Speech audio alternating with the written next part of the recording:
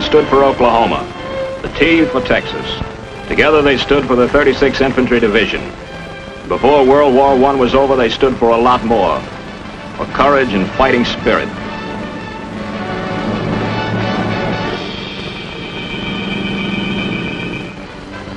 The 36th was formed in 1917 from National Guard units out of Oklahoma and Texas, but its ancestry goes a lot further back, to the Texas War of Independence, and every war since then. As a division, it distinguished itself in World War I. When peace came, it was disbanded and the men returned to their homes and jobs. Not long after the war, it was reorganized. And this time it was made up entirely of men of Texas. It was still the 36th Infantry Division, and they still kept the same patch. But now it was known as the Texas Division. As a National Guard division, the 36th remained inactive until the trouble started in Europe. In 1940, when the German armies invaded France and the lowlands, the 36th was mobilized again. When the Japs struck at Pearl Harbor, the 36th was in training.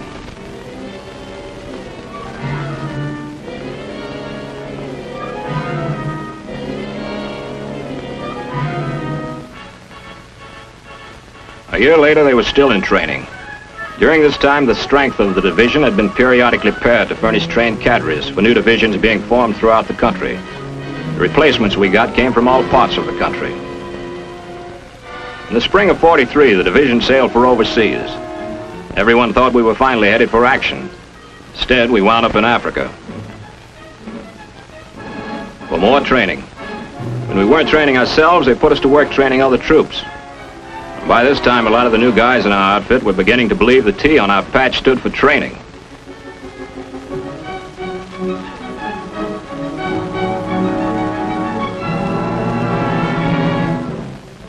It was fall before we left Africa, and this time there wasn't any doubt about it. We were headed for the continent. We knew we were going to make an assault landing, but no one seemed to know where. We didn't know where we were going, but the morale was high. It should have been.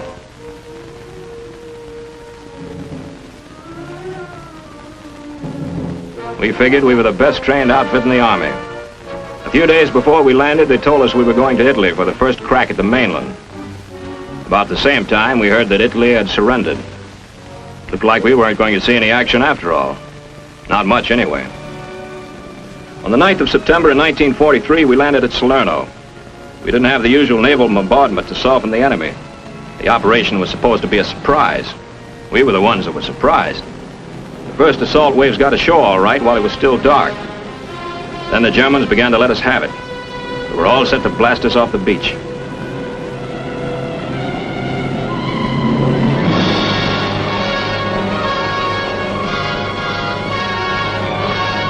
Between their artillery in the hills and their planes overhead, they almost succeeded.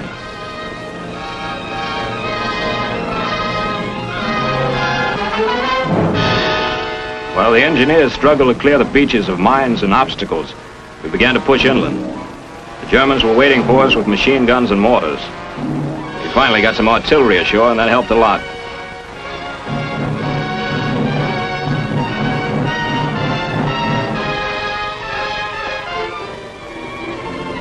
We started moving forward again.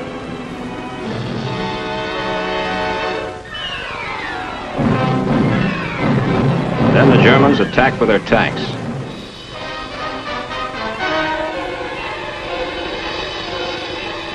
We had to fight them with infantry weapons until we got our tank destroyers ashore.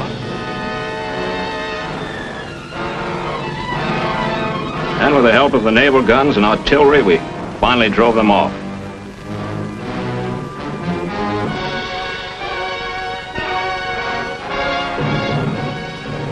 We began pushing inland.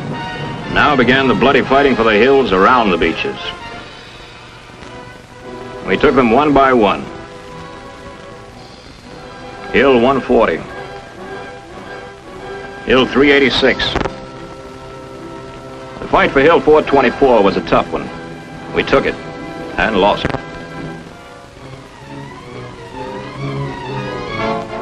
The Germans attacked with their tanks again. They were trying to split our forces, and they almost succeeded. The Navy moved in closer and began using their big guns. We got the air support we needed so badly. Finally, we even got reinforcements. They flew in some airborne infantry. German attack was broken up, but the fighting went on. In less than a week, the paratroopers in a bloody fight had retaken Hill 424 in Altavilla, and we had control of the area around Salerno.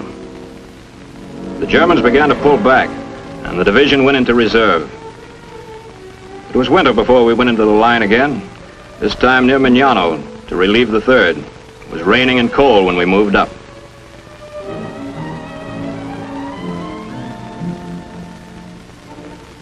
The German winter line stretched in front of us, blocking advance to the north. Our job was to break through.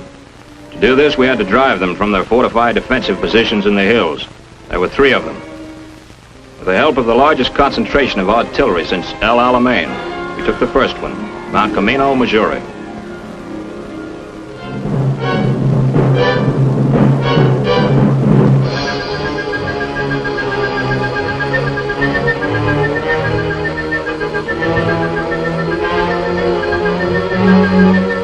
We had to fight to take it.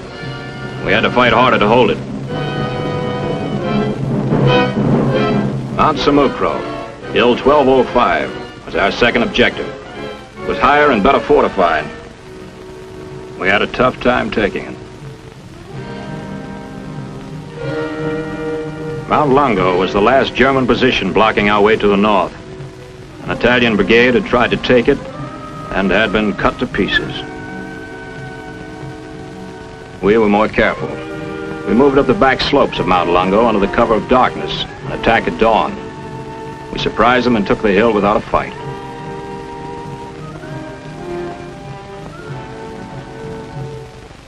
After the fall of Mount Longo, the Germans gave up and began to withdraw.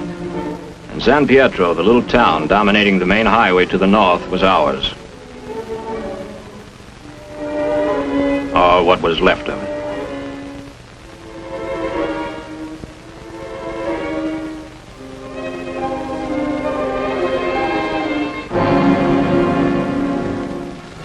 But the battle wasn't over. The Germans were fighting bitterly to cover their withdrawal.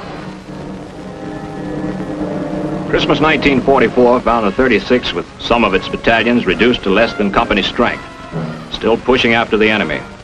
The slow but steady advance to the north came to a halt at the entrance of the Liri Valley.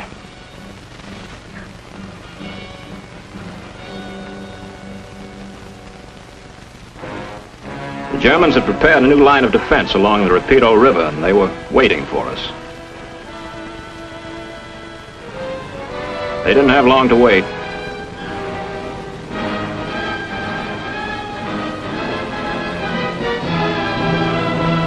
We attacked twice.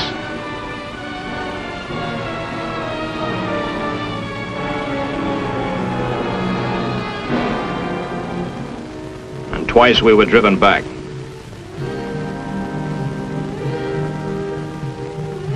Quite a few of our men got across the Rapido, but not many came back. After the fight at the Rapido, what was left of the division was sent to San Ilya in the north. Here the 36th crossed the river and in the freezing cold of mid-February took up defensive positions in the hills around Cassino. We didn't have the troops to assault the key German strongholds on Mount Cassino and Mount Cairo. We held on to what we had, beating off repeated attacks by the Germans. The Air Force tried to get the Germans off Mount Cassino. The historic old Benedictine Abbey was destroyed. When it was all over, the Germans were still there. Near the end of February, with only a fraction of its fighting strength left, the 36th was relieved and sent back to Naples to rest up. 2 months later, after refitting and taking on replacements, the division sailed for Anzio to take part in the May offensive.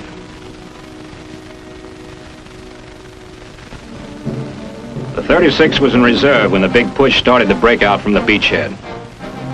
They were committed when the advance of the Fifth Army had come to a halt before Velletri, the last German stronghold blocking the way to Rome.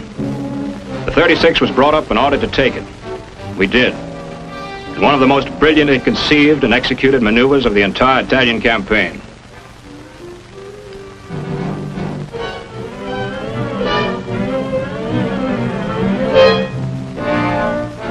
attack became a mass infiltration by the division.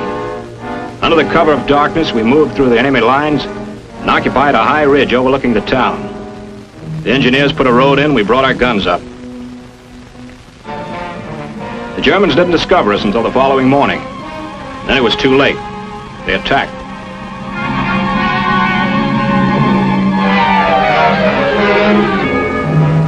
But we held.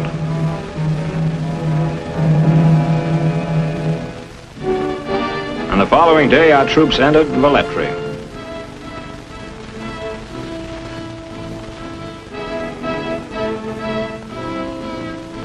The road to Rome was open. The Germans were pulling back, and we were right on their heels.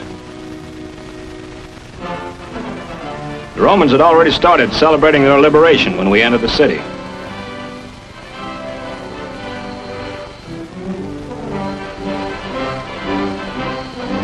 But we didn't stop.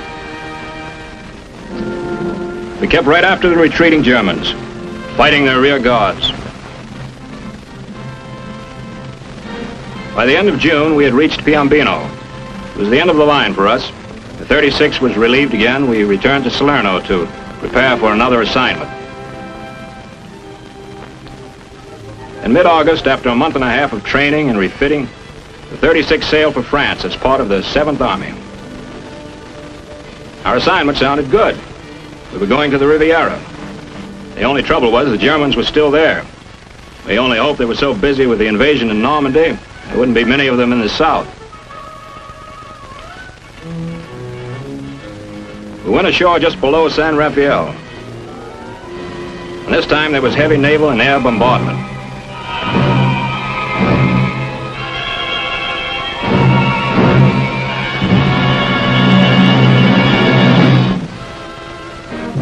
The landing was a surprise. The whole division, with all its supplies and equipment, went ashore on a narrow, rocky strip of beach. We took the key points along the shore and headed inland.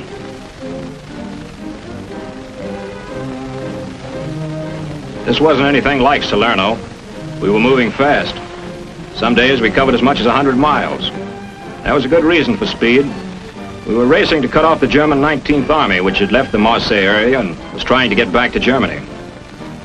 They were following the Rhone Valley. We caught them north of Montélimar. While our reconnaissance elements blocked the main escape routes, our artillery went to work on long columns of enemy vehicles that jammed the roads bumper to bumper. Now it was our turn to do the chopping up. They finally broke through, but it took them 8 days. And they left a lot of their troops and equipment behind. We chased what was left of them as far as Luxeuil-les-Bains, and then the division stopped for regrouping. When it started out again, the 36th was spearheading the 6th Corps attack across the Moselle. In preparation for the crossing, we attacked Remiremont and Alois.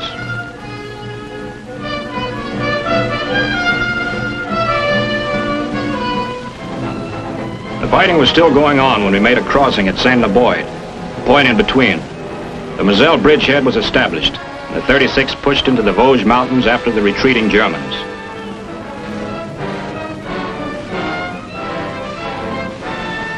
In the Vosges, our advance suddenly slowed down to a crawl. The terrain was bad and it was getting cold.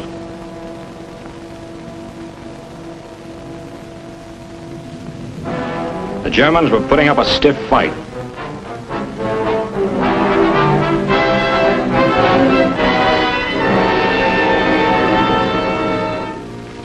Clearing the Vosges hills was slow and treacherous work. One battalion, the 1st of the 141st, was cut off and isolated for almost a week without food or water. They fought off repeated German attacks until they were rescued by the 442nd Nice Regiment attached to the division.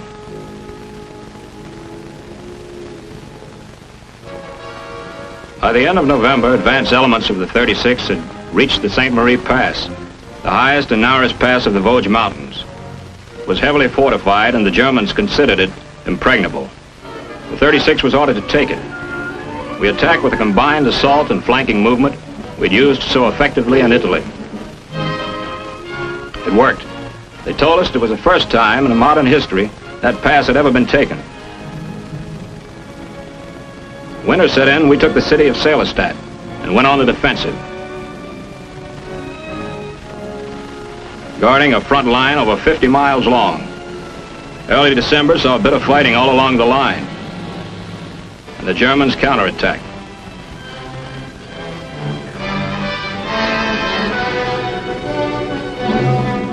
We almost lost Salerno. We kept it by turning every house we occupied into a fortified position.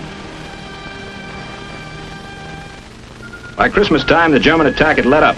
The 36th, after setting a record of 135 continuous days in combat, was relieved and sent to the rear for a rest. It was a short one.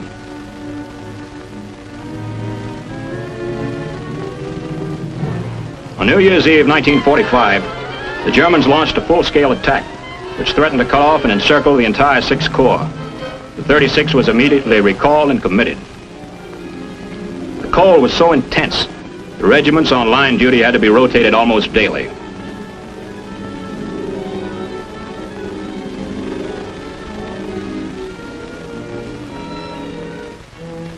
By the end of January, the enemy initiative had died out, and we were preparing for a full-scale attack.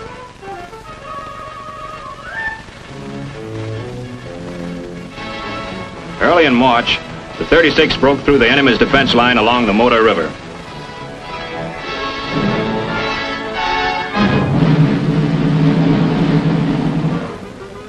By the middle of March, lead elements of the division had crossed into Germany southeast of Wissembourg and were preparing to attack the Siegfried Line.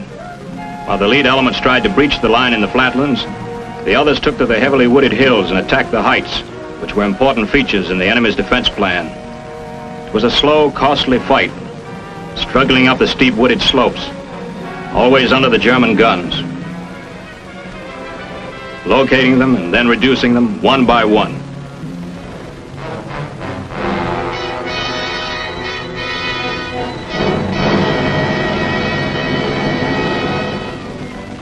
Four days later, after a fierce night attack, elements of the division found themselves behind the impregnable Siegfried Line. Bergseburn, Dornbach, and Bohlenborn fell, and enemy resistance in the area crumbled. The breach in the Siegfried opened a floodgate, and our forces poured into Germany and moved on the Rhine. Within a few days, the entire division was drawn up along the Rhine, awaiting orders.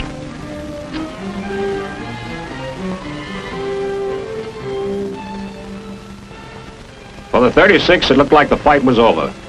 They received their first rear area assignment, occupation duty in the Saar Basin.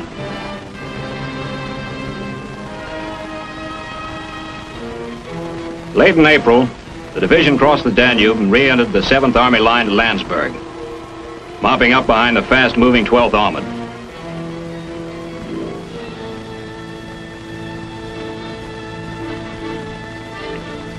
There was more mopping up in Bavaria. Early in May 1945, we were in Austria. We were busy cleaning up when the war ended. The 36th moved rapidly those last days of the war, but its time was profitably spent. Included in its bag of prisoners were such prominent party and military leaders as von Rundstedt and Hermann Göring. Somehow it seemed only fitting that the 36th should be the one to bring in these leaders that played an important part in their downfall. In 20 months of combat, it won a reputation as an outfit that could be depended upon to accomplish the impossible. The hardship its troops had endured and the heroism they had displayed had also won for it 10 presidential unit citations and 15 Congressional Medals of Honor.